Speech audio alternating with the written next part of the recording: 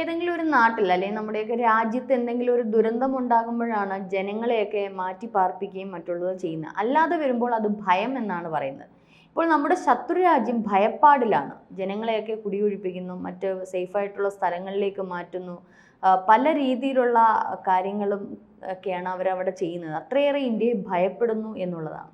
കാരണം ജനങ്ങൾ ഭയപ്പെടുന്നത് മുമ്പ് തന്നെ അവിടുത്തെ ഭരണാധികാരികൾ ഭയപ്പെട്ട് കഴിഞ്ഞിട്ടുണ്ട്. പ്രത്യേകിച്ച് പാകിസ്ഥാൻ്റെ പട്ടാള മേധാവി ഉൾപ്പെടെയുള്ളവർ എവിടെയാണെന്ന് പോലും കൃത്യമായി അറിവില്ല. ഇടക്കാലത്ത് അദ്ദേഹം മുങ്ങിയതായും പറയുന്നു. പക്ഷേ പിന്നീട് സൈന്യത്തിൻ്റെ ഭാഗത്തു നിന്നും ചില വെളിപ്പെടുത്തലുണ്ടായില്ല, അങ്ങനെ ഭയപ്പെട്ടു പോയിട്ടില്ല, അദ്ദേഹം ഇവിടെ പാകിസ്ഥാനിൽ തന്നെ ഉണ്ടെന്ന് പറയുന്ന ഒരു സ്ഥിതിയിലേക്ക് മാറിപ്പോയിട്ടുണ്ട്. പക്ഷേ അവരെ എതിരാളിയായി കാണുന്ന ഇന്ത്യയെ സംബന്ധിച്ചറിയാലോ, നരേന്ദ്രമോദി ഇന്ന് വിഴിഞ്ഞത്താണെങ്കിൽ നാളെ മഹാരാഷ്ട്രയിൽ, അടുത്ത ദിവസം തെലങ്കാനയിൽ, അങ്ങനെ ആ പ്രധാനമന്ത്രി ചുറ്റി നടക്കുകയാണ്. കാരണം ഭയപ്പെടേണ്ട കാര്യമില്ല, പാകിസ്ഥാൻ എന്നൊരു ചെറിയ രാജ്യത്തെ ഭയപ്പെടേണ്ട കാര്യമില്ലെന്നൊരു അവസ്ഥയാണ്. എന്തായാലും പാകിസ്ഥാനെ സംബന്ധിച്ച് ഇത് വലിയ നാണക്കേടുമാണ്. പക്ഷെ അവർ കൃത്യമായി തന്നെ പറയുന്നുണ്ട്, പാകിസ്ഥാന്റെ പ്രതിരോധ മന്ത്രി ഉൾപ്പെടെയുള്ളവർ നിരന്തരം പറയുകയാണ്, ഞങ്ങളുടെ കയ്യിൽ ആണവായുധമുണ്ട്, ഞങ്ങൾ വലിയ രീതിയിൽ തിരിച്ചടിക്കും. സിന്ധു നദീജല കരാറുമായി ബന്ധപ്പെട്ട് ചില നീക്കങ്ങൾ ഉണ്ടായല്ലോ, അതിൽ നിന്നും ഇന്ത്യ പിന്മാറിയില്ലെങ്കിൽ ഞങ്ങൾ കൃത്യമായി തന്നെ തിരിച്ചടിക്കുമെന്ന ഒരു ഭാഗത്ത് വലിയ പ്രസ്താവനകൾ ഉണ്ടാകുമ്പോഴും മറുഭാഗത്ത് ഇത്തരം ഭയപ്പെട്ട് ഓടി ഒളിക്കുന്ന ഒരു സാഹചര്യമാണ്. അത് കൃത്യമായി തന്നെയാണ് പാക് അധിനിവേശ കാശ്മീറും ഈ ഇന്ത്യ പാകിസ്ഥാൻ ഈ അതിർത്തി പ്രദേശങ്ങളുമായി ബന്ധപ്പെട്ട് നാം കാണുകയാണ്. അവിടുത്തെ പല ഗ്രാമങ്ങളും ഒഴിപ്പിച്ചിട്ടുണ്ട്. അവിടുത്തെ പ്രധാനപ്പെട്ട മദ്രസകൾ അടയ്ക്കുകയും 10 ദിവസത്തിലധികം അടച്ചിടുകയും അതോടൊപ്പം തന്നെ 2 മാസത്തെ ഭക്ഷണം അവിടെ ജീവിക്കുന്നവർ കരുതാനും പറഞ്ഞിട്ടുണ്ട്. ഈ ഭയപ്പെടുന്ന എന്ത് സാഹചര്യം ഇപ്പോഴും വ്യക്തമായിട്ടില്ല. കൃത്യമായി തന്നെയാണ്, അല്ലാതെ ആ രാജ്യത്തെ ആക്രമിക്കുകയൊന്നും ഇന്ത്യ ചെയ്യാറില്ല. ഇന്ത്യയെ ആക്രമിച്ചിരിക്കുന്നത് പാകിസ്ഥാനിലെ ഭീകരവാദികളാണ്. ആ ഭീകരവാദികളുടെ താവളം ഇന്ത്യ കണ്ടെത്തുക തന്നെ ചെയ്യും, തിരിച്ചടിക്കുക തന്നെ ചെയ്യും. അത് പാകിസ്ഥാനും കൃത്യമായി തന്നെ അറിയാവുന്ന കാര്യമാണ്. ചിലപ്പോൾ അവിടെ രാഷ്ട്രീയമായും സൈനികമായുള്ള ഒരു നാണക്കേടുണ്ടല്ലോ, സ്വന്തം രാജ്യത്ത് മറ്റൊരു രാജ്യം കയറി അടിക്കുമ്പോഴുള്ള നാണക്കേട് ഒഴിവാക്കാനുള്ള ശ്രമമാണ് നടത്തുന്നത്. അത് ജനങ്ങൾക്ക് മുന്നിൽ ഞങ്ങൾ വലിയ തയ്യാറെടുപ്പ് നടത്തി. സ്വാഭാവികമായിട്ട് ഈ ഒരു ആക്രമണം ഉണ്ടായപ്പോൾ എല്ലാവരും പറഞ്ഞു യുദ്ധം ചെയ്യുന്നു. പക്ഷേ നമ്മുടെ പ്രധാനമന്ത്രി, നമ്മുടെ സൈനിക മേധാവികളും ഒക്കെ കൃത്യമായിട്ട് അത് യുദ്ധം എന്നതിലപ്പുറം ഈ പുകച്ച് പുറത്ത് ചാടിക്കുക, അല്ലെ പുകച്ച് അതിനകത്ത് തീയിട്ട് ചുടുക എന്നൊക്കെ ഉള്ള ഒരു നയമാണ് ഇപ്പൊ എടുത്തിരിക്കുന്നത്, അല്ലേ?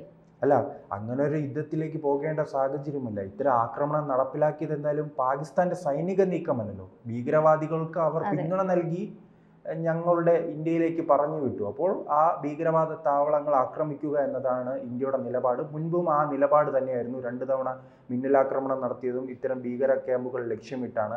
അല്ലാതെ ഇപ്പോൾ അതിർത്തി പ്രദേശങ്ങളിൽ ചെറിയ രീതിയിലുള്ള വെടിവെപ്പ് നടത്തുന്നുണ്ട്. അത് കൃത്യമായി തന്നെ ആ സ്പോട്ടിൽ തന്നെ കൃത്യമായ മറുപടി നൽകാൻ ഇന്ത്യക്ക് കഴിയുന്നുണ്ട്. ഇത്തരം ഇന്ത്യയുടെ നീക്കം അങ്ങനെയായിരിക്കും. കൃത്യമായി തന്നെ ആ സൈനിക ക്യാമ്പുകൾ അല്ലെ ഭീകരവാദ ക്യാമ്പുകൾ കണ്ടെത്തി അവിടെ എത്തി ആക്രമണം നടത്തുക എന്നതാണ് ഇന്ത്യയുടെ നീക്കം. അത് ഏറ്റവും കൂടുതൽ ക്യാമ്പുകൾ പ്രവർത്തിച്ചിരിക്കുന്നത് ഈ പാക് അധിനിവേശ കാശ്മീരിലാണ്, ഈ അതിർത്തി പ്രദേശങ്ങളിലാണ്. ആ അതിർത്തി പ്രദേശങ്ങളിൽ പലതും ക്യാമ്പുകളായി പ്രവർത്തിച്ചിരുന്ന പലയിടങ്ങളും മദ്രസകളാണ്. ഈ മദ്രസകൾ കേന്ദ്രീകരിച്ചാണ് ഇത്തരം ഭീകരവാദ ക്യാമ്പുകൾ ഉണ്ടായിരുന്നത്. ഈ ഇന്ത്യയുടെ ഭീഷണിക്ക് പിന്നാലെ ആ മദ്രസകൾ അടച്ചുപൂട്ടുകയും ഈ സൈനിക ക്യാമ്പുകൾ ഉണ്ടായിരുന്ന മദ്രസകൾ തന്നെ ആ സൈനികർ തന്നെ ഓടി ഒളിക്കുന്ന ഒരു സാഹചര്യമുണ്ട്. അവർ പല പ്രദേശങ്ങളിലേക്ക് പോയതാണ്, അതാണ് വിവരങ്ങൾ. ഈ ഭീകരന്മാരെ അവരുടേതായ സേഫ് ആയിട്ടുള്ള സ്ഥലങ്ങൾ ഒളിപ്പിച്ചു കഴിയുകയും ചെയ്ത്. ഈ മുംബൈ ഭീകരാക്രമണവുമായി ബന്ധപ്പെട്ട പ്രതി ഉണ്ടല്ലോ, ആ പ്രതിക്ക് തന്നെ വലിയ രീതിയിലുള്ള സുരക്ഷ പാകിസ്ഥാൻ പട്ടാളം തന്നെ ഒരുക്കുന്ന സാഹചര്യം ഉണ്ടായി.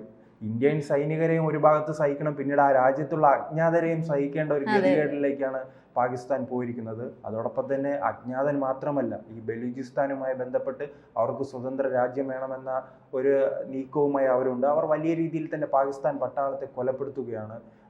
ട്രെയിനുകൾ തട്ടിക്കൊണ്ടുപോയി കൊലപ്പെടുത്തുന്നു. അതോടൊപ്പം തന്നെ കുഴിബോംബ് വെച്ച് അവർ നിരന്തരം കൊല്ലപ്പെടുകയാണ്.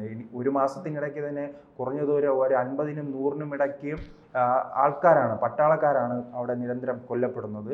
അത് ആ രാജ്യത്ത് ഉണ്ടാകുന്ന പ്രതിസന്ധി, അതോടൊപ്പം തന്നെ പാക് താലിബാന്റെ ഭാഗത്തു നിന്നും വലിയ പ്രതിസന്ധി ഉണ്ടാകുന്നു. ആ പ്രതിസന്ധികൾക്കിടയിലാണ് ഇന്ത്യയുടെ മിന്നലാക്രമണത്തെ കൂടി ഭയപ്പെടേണ്ട ഒരു സാഹചര്യം ഉണ്ടായിരിക്കുന്നത്.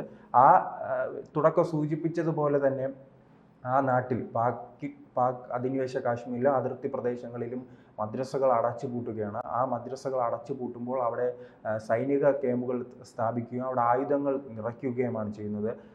പാകിസ്ഥാൻ എന്തായാലും ആ ഒരു ആക്രമണം പ്രതീക്ഷിക്കുന്നുണ്ട്. അതോടൊപ്പം തന്നെ ഈ ആക്രമണത്തിന് ഇരയാകുന്നവർക്ക് ഈ ചികിത്സാ സൗകര്യം നൽകാനുള്ള ചില പരിപാടികളും അവർ നടപ്പിലാക്കുന്നുണ്ട്. അവിടുത്തെ ജനങ്ങൾക്കെല്ലാം ചികിത്സയുമായി ബന്ധപ്പെട്ട് ബേസിക് ആയിട്ടുള്ള കാര്യങ്ങളും മെഡിസിനും എല്ലാം കയ്യിൽ കരുതിക്കൊള്ളാൻ പറഞ്ഞിട്ടുണ്ട്. അല്ല, അത് ഒരാൾ പരിക്കേറ്റ് വരുമ്പോൾ എങ്ങനെയാണ് അവരെ പരിചരിക്കേണ്ടത് എന്ന രീതിയിലുള്ള പരിശീലനവും നൽകുന്നുണ്ട്. ആ രീതിയിലാണ് എന്തായാലും പാകിസ്ഥാന്റെ നീക്കങ്ങൾ ഉണ്ടായിരിക്കുന്നത്. മാത്രമല്ല മെഡിസിനും കിട്ടാനില്ലല്ലോ, ഇപ്പം കയറ്റുമതി ഒന്നും ഇല്ലല്ലോ. കയറ്റുമതി ഇറക്കുമതി ഒരു ഉഭയകക്ഷി വാണിജ്യം തന്നെ ഇവര് നിർത്തലാക്കി വെച്ചേക്കുവാണ്, ഇന്ത്യ നിർത്തലാക്കി വെച്ചേക്കുവാണ്. അപ്പം മെഡിസിൻ്റെ അഭാവമുണ്ട്. നമ്മൾ കഴിഞ്ഞ ചർച്ചകളിലൊക്കെ പറഞ്ഞതുപോലെ അരി പോലും 1 കിലോ അരിക്ക് തന്നെ 300 സംതിങ് രൂപയാണ്. അവരുടെ പ്രധാന ഭക്ഷണമായിട്ടുള്ള കോഴിയിറച്ചി അതിന് 850 രൂപയാണ്. അപ്പം ഭക്ഷണവും മരുന്നും കിട്ടിയാലല്ലേ ഇവർക്ക് ഇതൊക്കെ കരുതി വെക്കാൻ പറ്റും, പ്രത്യേകിച്ച് ഗ്രാമവാസികൾ. അപ്പോൾ ഗ്രാമവാസികൾ എന്ന് പറയുമ്പോൾ അവർ ദൈനംദിന കൃഷിയും മറ്റുള്ള കാര്യങ്ങളുമായിട്ടൊക്കെ നിൽക്കുന്നത്. അപ്പോൾ അതുപോലും ചെയ്യാൻ പറ്റാത്ത അവസ്ഥയിൽ, നിത്യവൃത്തി പോലും ചെയ്യാൻ പറ്റാത്ത അവസ്ഥയിൽ ഇവർ എവിടെ നിന്ന് കരുതാനാണ്? എത്ര നാൾ കരുതി വെക്കാനാകും? അതൊക്കെ വലിയൊരു ആശങ്കയിലേക്കാണ് പോകുന്നത് എന്തായാലും. അല്ല, അത് പറയുമ്പോഴാണ് പണ്ട് CPM-ന്റെ ഒരു നേതാവ് ഉണ്ടായിരുന്നു, ദിവാകർ. അദ്ദേഹം വന്ന് വലിയ രീതിയിൽ വിലക്കയറ്റം ഉണ്ടായപ്പോൾ പറഞ്ഞത് എല്ലാവരും പാലും മുട്ടയും കഴിക്കണമെന്നാണ്. ആ രീതിയിൽ തന്നെ പാകിസ്ഥാനും പാലും മുട്ടയും കഴിച്ച് മുന്നോട്ട് പോകുന്നതായിരിക്കും നല്ലത്. അതോടൊപ്പം തന്നെ ആ രീതിയിൽ എന്തായാലും CPM മാത്രം സഹായങ്ങൾ ചെയ്യേണ്ട സാഹചര്യവും കാണുന്നുണ്ട്. പലരും പറയുന്നത് കേട്ടോ, പാകിസ്ഥാനിൽ പട്ടിണി എന്ന് പറയുമ്പോൾ DYF ഇവിടെ നിന്ന് പൊതിച്ചോറുമായി പോകുന്ന ഒരു അവസ്ഥ ഉണ്ടാകുമെന്നും പറയുന്നുണ്ട്. അതിന് കാരണമെന്ന് പറയുന്നത് ഈ പെൽഗാമിലെ ആക്രമണവുമായി ബന്ധപ്പെട്ട് ഈ ജമ്മു കാശ്മീരിലെ ഏക ഒരു തരിയായ MLA അദ്ദേഹം ഉൾപ്പെടെ ഭീകരവാദികളുടെ വീടുകൾ തുടക്കത്തിൽ വലിയ രീതിയിൽ തകർത്തിരുന്നുണ്ട് ഇന്ത്യൻ ഭരണകൂടം. അതിനെതിരെ വലിയ രീതിയിൽ വിമർശനം ഉന്നയിക്കുന്ന ഒരു സാഹചര്യമുണ്ട്.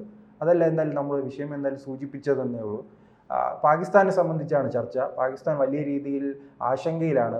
അകത്തു നിന്നും പുറത്തു നിന്നുമുള്ള വലിയ പ്രശ്നങ്ങൾ ഉണ്ടാകുകയാണ്. ആ രാജ്യത്ത് നിരന്തരം ഭീകരവാദ പ്രവർത്തനങ്ങൾ ഉണ്ടാകുകയും അത്തരത്തിലുള്ള പ്രവർത്തനങ്ങളിൽ നിന്നും രക്ഷപ്പെടാനുള്ള നീക്കങ്ങളും ആ രാജ്യം നടത്തുമ്പോഴാണ് ഇന്ത്യയുടെ പുതിയ നീക്കങ്ങൾ ഉണ്ടായിരിക്കുന്നത്. എന്തായാലും വരും ദിവസങ്ങളിൽ ആ രാജ്യത്തെ സംബന്ധിച്ച് വലിയ തിരിച്ചടി അവർ പ്രതീക്ഷിക്കുക തന്നെയാണ് ചെയ്യുന്നത്. ആ പ്രതീക്ഷിക്കുന്ന നീക്കങ്ങളിൽ തന്നെയാണ് അവർ മുന്നോട്ട് പോകുന്നത്. അതുകൊണ്ട് തന്നെ അതിർത്തി പ്രദേശങ്ങളിൽ കൂടുതൽ സൈനികരെ എത്തിച്ച് അതിർത്തിയിൽ കൂടുതൽ ശക്തിപ്പെടുത്താനുള്ള നീക്കങ്ങൾ ഉണ്ടായിട്ടുണ്ട്. അതോടൊപ്പം തന്നെ അതിൽ ഏറ്റവും പ്രധാനപ്പെട്ട കാര്യം, അവരും ചില സൈനിക നീക്കങ്ങൾ നടത്തുന്നുണ്ട്. ബാലിസ്റ്റിക് മിസൈൽ അവർ ഈ അതിർത്തി പ്രദേശങ്ങളിൽ എത്തിച്ച്, ഇന്ത്യയുടെ അതിർത്തി പ്രദേശങ്ങളിൽ എത്തിച്ച് അവർ പരീക്ഷണങ്ങളും നടത്തി വരികയാണ്. ആ പരീക്ഷണങ്ങൾ കൊണ്ടൊന്നും ബഗ്ലിഹാർ ഡാമിലെ ഷട്ടർ താഴ്ത്തിയിരിക്കുന്നു എന്നുള്ളൊരു ബ്രേക്കിംഗ് ന്യൂസാണ് ഇപ്പോൾ വരുന്നത്. കാരണം നമുക്കറിയാം, സിന്ധു നദീജല കരാർ നിർത്തലാക്കും, അല്ലെങ്കിൽ അത്തരത്തിലുള്ള നിർത്തലാക്കുന്ന കാര്യങ്ങളൊക്കെ വന്നിരുന്നു.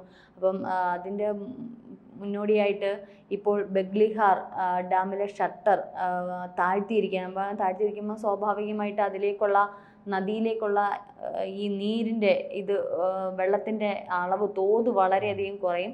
അങ്ങനെയാണെങ്കിൽ ഈ പറഞ്ഞതുപോലെ പട്ടിണിയും ഈ വെള്ളത്തിനുള്ള ക്ഷാമവും അധികമായിട്ട് വർദ്ധിക്കും. നേരത്തെ നമ്മൾ കുറച്ച് ദിവസം മുമ്പ് തന്നെ കണ്ടിരുന്നു, ടാങ്കർ ലോറികൾ ഇങ്ങനെ നിരന്ന് കിടക്കുന്നതും വെള്ളം കിട്ടാതെ തിരിച്ചു പോകുന്നതും ജനങ്ങളുടെ പ്രതിഷേധമൊക്കെ നമ്മൾ കണ്ടിരുന്നു. അപ്പോൾ ഈ ഒരു ഡാമിൻ്റെ ഷട്ടർ കൂടി താഴ്ത്തിയിരിക്കുകയാണ്. വെള്ളത്തിൻ്റെ ഒഴുക്ക് അല്ല, ഇത് ഏറ്റവും അധികം ബാധിക്കാൻ പോകുന്ന കാർഷിക മേഖലയായിരിക്കും. മുൻപ് സൂചിപ്പിച്ചതുപോലെ തന്നെ വലിയ പ്രതിസന്ധിയിലേക്ക് പോകുന്നു, വലിയ വിലക്കയറ്റത്തിലേക്ക് പോവുകയാണ്. അപ്പോൾ ഈ കാർഷിക മേഖലയിലൂടെ തകരുകയാണെങ്കിൽ ചിലപ്പോൾ 300 രൂപയുടെ അരി ഇനി 600 രൂപയ്ക്ക് വാങ്ങേണ്ട ഒരു അവസ്ഥയിലേക്ക്. കാശ്മീർ അധീന പ്രദേശങ്ങളിൽ, അതായത് ആ ഒരു പ്രദേശങ്ങളിലൊക്കെ താമസിക്കുന്ന ജനങ്ങൾ കൃഷി ചെയ്താണ് അവർ ജീവിക്കുന്നത്. അപ്പോൾ ഏറ്റവും പാകിസ്ഥാനിലെ ഒരു വരുമാനം തന്നെയാണ് കൃഷി. അത് പലവിധ പഴങ്ങൾ ഉൾപ്പെടെയുള്ള കൃഷി ഇന്ത്യയിലേക്ക് വരെ അവർ ഇറക്കുമതി ചെയ്തിരുന്നു. അപ്പോൾ ഇതിൻ്റെയൊക്കെ ഒരു ലഭ്യതക്കുറവ് വരുമ്പം, അല്ലെങ്കിൽ ഇത്തരത്തിലുള്ള വാണിജ്യപരമായിട്ടും കാർഷികപരമായിട്ടും അവർക്കൊരു ഇടിവ് സംഭവിക്കുമ്പോൾ അത് വലിയധികം ഒരു ദാരിദ്ര്യത്തിലേക്കായിരിക്കും പോകുന്നത്. കാരണം തുടർച്ചയായി ഉണ്ടാകുന്ന പ്രകൃതി ദുരന്തം പോലും അവർക്ക് താങ്ങാൻ പറ്റാത്ത അവസ്ഥയിലായിരുന്നു. അപ്പോൾ ഇത്തരത്തിൽ ഇനിയിപ്പോൾ ഈ ഒരു ഡാമിൻ്റെ ഷട്ടർ കൂടി ക്ലോസ് ചെയ്തോടെ ജലത്തിൻ്റെ ലഭ്യത അവരെ വളരെയധികം ബുദ്ധിമുട്ടിക്കുന്ന ഒരു രീതിയിലേക്കാണ് പോകുന്നത്. തീർച്ചയായിട്ടും ഇന്ത്യ തോക്കെടുത്ത് യുദ്ധം ചെയ്യുന്നതിനേക്കാളും മുമ്പേ ഇത്തരത്തിലുള്ള നയതന്ത്രപരമായിട്ടുള്ള യുദ്ധങ്ങൾ അവർക്ക് താങ്ങാവുന്നതിലപ്പുറമാണ്. അപ്പോൾ ഇനിയിപ്പോൾ ഒരു തോക്കും കൂടെ എടുത്തു കഴിഞ്ഞാലുള്ള അവസ്ഥ വളരെ ദയനീയമായിരിക്കും.